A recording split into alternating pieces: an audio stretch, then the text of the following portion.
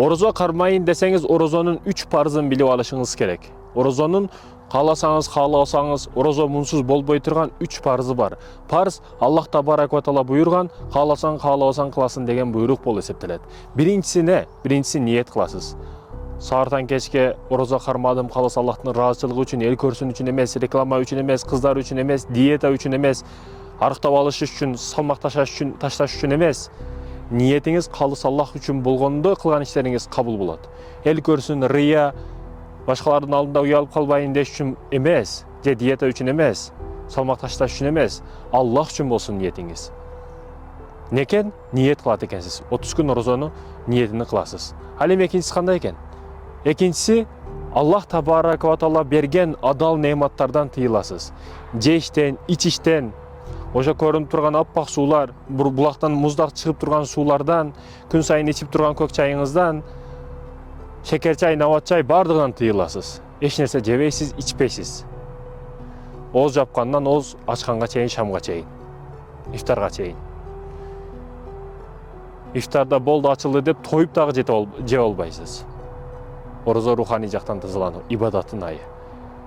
Ойноп күлүп сууга түшүп ар жерге барып, ар нерсе кылуунун айы эмес. Тыйылуу айы, ибадаттын айы, зикирдин айы. Ал эми үчүнчү парыз эмне? Үчүнчү парызы өзүңүздүн адал никеңиздеги, ак никеңизде болгон аялыңыздан жыныстык мамиледен тыйыласыз. Өзүңүздүн никеңизде ошого карабастан тыйыласыз. Бирок оз ачкандан кийин боло берет. Таравдан кийин, а? Тарабга келбей калбаңыз анан, көрүнбөй калбаңыз анан. Таравдан кийин. Айтор ушу 3 парыз. Анда сырткары урматым экендешип айта турган маселелер.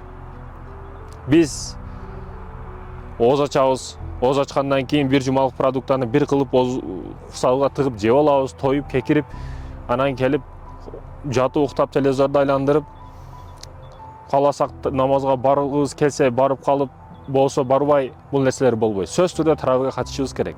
Таравынын сообун билгениңизде таравдан келбей элеңиз. Таравынын ортосунда аралыктарда биз билесизби тесбихат айтабыз, а? Ла илаха иллаллах, настагфируллах, насалукал жанната ва наузу бика минан нар. Бул тесбихатты айтабыз. Негизи бул кандай десеңиз, ар жерде ар кандай, азыркы учурда да кээ бир мамлекеттерде башкачараак, а бизде не болуп сиңип калган? Ушул тесбихатты 3 жолу айтабыз. Неге? Себеби бунун арасында пайгамбарыбыз учурунда пайгамбарыбыз учурунан тарав намаздар окулган учурда ошол эки жака басып, ошол намаздан кийин кичине жеңилдеп дарат алып деген маселелер болгон. А бизде ушул нерсе кармалып тесбихат айтылат. Бул маанисинде ла илаха иллаллах, Аллах жалгыз, Аллахтан башка сыйынууга татыктуу зат жок, Аллах өлбөйт, Аллахтын шериги жок, а? Келиме. Ла илаха иллаллаху настагфируллах. Настагфируллах, кечирим тилейбиз. Насалукал жанна, бейишти тилейбиз. Бейишке киришти сурайбыз Аллах Тааладан. Насалукал жанната ва наузу бика минан нар, тозоктон нар, тозок. Тозоктон сакташты Аллах табарак ва тааладан тиленебиз, сурайбыз дегени. Ушул тесбихатты айтып эркектер ар дайым Рамазанды ушинтип, албетте кийинки акырында аяктаганда, Рамазан аяктаган учурда я шахры Рамадан деп коштошобуз. Тесбихат баштапкысы ушундай, урматтуу мекендештерим. Негизи айта турган маселе, биз ушуну кайра сураттабыз. Тозоктон, нардан, тозоктон болгон, тозоктон сактанышын сурайбыз, орозодо көп дубабыз. Ал эми бейишке киришти сурайбыз, көп зикир кылабыз. Ла илаха иллаллах, Мухаммаду расулуллах, ашхаду ан ла илаха иллаллах, ашхаду анна Мухаммаду расулуллах. Келиме зикирлерди кайра көбүрөөк айтышыбыз керек. Оозубуз 12 ай боло турган болсо 11 ай жөн эле жүрдү. Сөгүндү, ар нерсе иштерди айтты, ар кандай сөздөрдү айтты. Эми келиңиз, тилиңизге дем бериңиз, зикир кылыңыз көбүрөөк. Адамдар бүгүн саясат тууралуу сүйлөйт. Барып өзүнүн күчү дагы, акылы дагы жетпейт. Алмаштырып койгонго, өзгөртүрүп койгонго. Анан сүйлөп алардын күнөөсүн өзүнүн желкесине артып отура берет да. Сен өзүң билесиң, ага өзгөртүп койгонго күчүң да жетпейт, акылың да жетпейт, бирок эмне үчүн алардын күнөөсүн алып өзүң мындай күнөөгө өзүңдү толтурасың дегим келет да. Тилиңди тый. Тилиңди тый. Гыйбаттан, ошактан алыс бол. Өзгөчө Рамазан айында.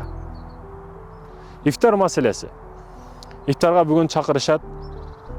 Ифтарда да көп ысырап болуп аткан учурлар кездешип калат кээде. Рамазан айы жеп ичиштин айы эмес мекендештерим. Аялдарыбыз күнөөгө чогулуп алып, сардан кечке ар кандай тамактарды биринчи, экинчи, үчүнчү кылып даярдап жеп ичиштин айы эмес мекендештерим. Жегенге жөнөкөй караш керек. Пайгамбарыбыз саллаллаху алейхи вассалам айтат, ким ифтар кылдырса, орозонун оозун ачырса, анын сообу кем эместен бул ооз ачырган адамдын сообун алат дейт. Ал байбы, кедейби кимге ооз ачырса айырмасы жок. Кедейлер айткан пайгамбарыбызга, биздин күчүбүз жетпейт, кудуретибиз жетпейт ооз ачырганы деген учурда жарымта курма менен болсо дагы, суу менен болсо дагы ооз ачыргын деген. Биринчи эсеп экен, келип чуркап бере койдуңуз сууду, мамиле да бул жерде, негизги саясат. Келип суу бере койдуңуз, жаңа жидесин бере, курманы бере койдуңуз, ооз ачты, сизден ыраазы болду. Урматтуу мекендештерим, соопко ээ болуш үчүн аракет кылышыбыз керек бул маселеде. Кайра аракет кылышыбыз керек. Аллах табарак ва таала алтын башыңыздарды аман кылсын, орозодо орозо кармоону насип этсин. Чындап, бир эле орозодо тасбих кармап зикир кылып жакшы адам болуп, кийинки айларда болду, эркиндикке чыктык деп баягы сууга түшкөн балыктай ойноп кетпестен, калган айларды дагы Рамазан айдай кармоону насип этсин. Ассаламу алейкум.